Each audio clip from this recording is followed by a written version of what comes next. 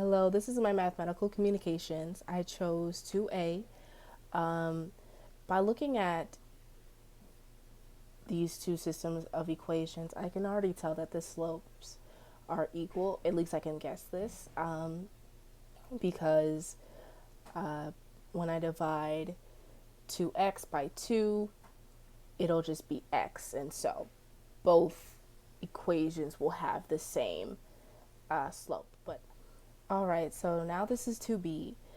There are three different equations, and I'll need to find three variables. So above, right here, I took the first two equations and used elimination to combine them. The y canceled out, and all that's left is negative x plus 5z equals 10. So right here, I use elimination, and the y is no longer there. Now I will take the bottom equations, use elimination, and combine them. So now I will take these two equations right here, and down here I multiplied everything in this top equation by 2, so I can, by negative 2, excuse me, so I can eliminate the y. So that's what I did here. Next page. And so here is the equation now, the top equation after I multiplied it by 2, negative 2, excuse me again. And so now I'm combining the new top equation with the bottom equation, and now I get 13x minus 11z equals negative 18. So now we have two equations. We combine three equations to ultimately get 2. And so now it's time to combine those two. But before we do, we need to make one of the variables opposite equals. So this means changing the signs, essentially.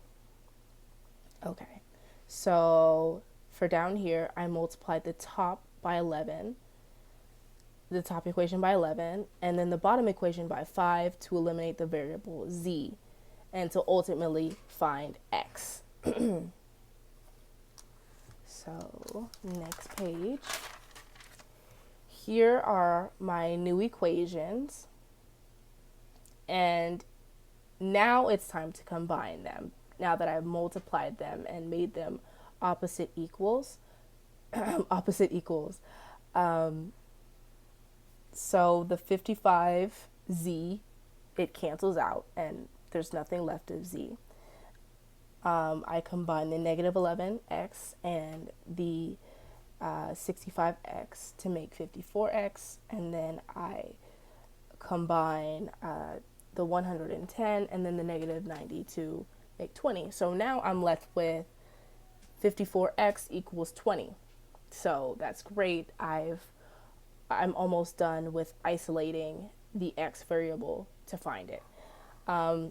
So now I just divided by 54, and then I simplified and got my x value is 10 over 27.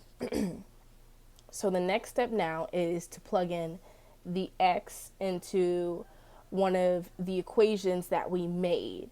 So the equation we have to plug in x from the equation. Excuse me, let me go back so I can go back here. So remember when I took these two equations and combined them, and I took these two equations and combined them? So the equations from each of these two combinations. So we are going to plug this x variable into those, and I have them below right here.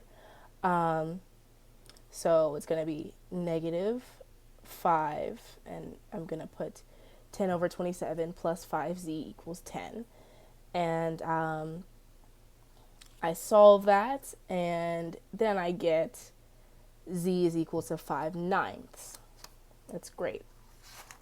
We found So now that we've found two of our three variables, we need to plug both variables into the original equation. So not the equation that we combined, but the one that was originally given, which this is one of the ones that were originally given.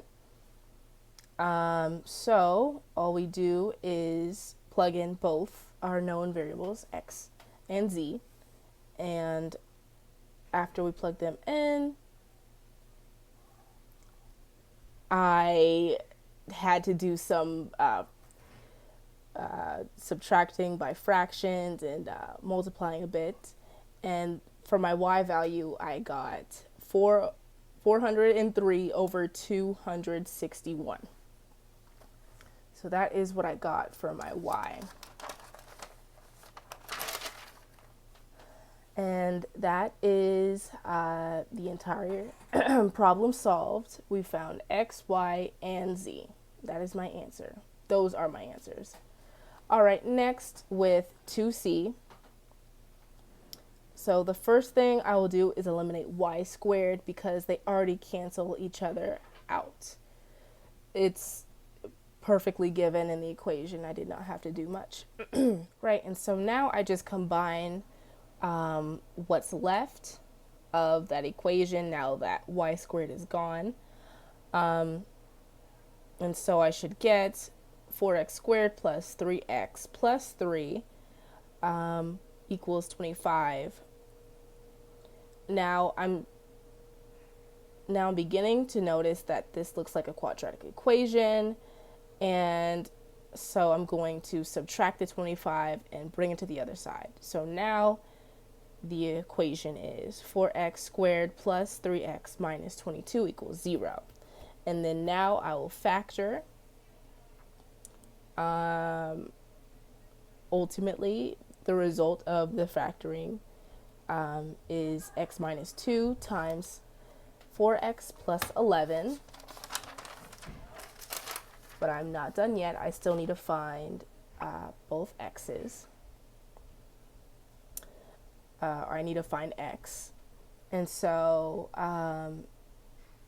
first I took x minus 2, set that equal to 0, and got x equals 2. And then next I took 4x plus 11, set that equal to 0 to get x equals negative 11 over 4. Okay, so the next step is for us to plug the x into the original equation to find y. And so we're going to have to try both x options, both x variables, to see which one is correct.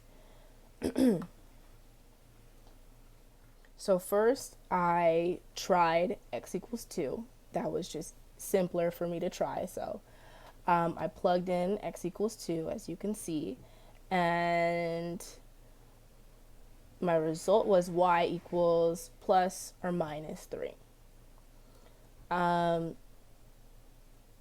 So I just tried x equals 2 first because I thought it was simpler, and it turned out to be the correct answer.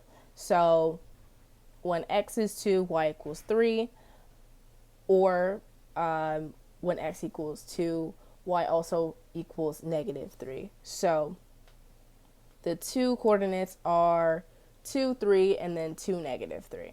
And so we found both solutions of the ellipse and of the sleeping parabola. So now I'm going to start comparing the differences in the three problems. 2A is very similar to, well, they're all very similar because I needed to use elimination to find variables. So in 2A, I used elimination to find x and y. There are two linear equations. The solutions are parallel, meaning there aren't any solutions. And 2B is quite similar to 2A because I still needed to use elimination. And yes, there are three different equations, and so there's a different approach of combining in eliminating the equations, but I still used elimination for both of them, and they're both linear, or they both have linear equations. With 2b though, I was able to find 3 answers. I was able to find x, y, and z, those 3 variables. Lastly, 2c was the most different of the 3 problems because in this problem I was dealing with an ellipse and a sleeping parabola. So in the other problems, they were simply linear equations, but now we've got an ellipse and a parabola, and ellipse and a sleeping parabola in this equation or in this problem. And so I had to use elimination and factoring. And also there were 2 solutions in this equation in this problem. So very different from the rest, but still use elimination, so very similar.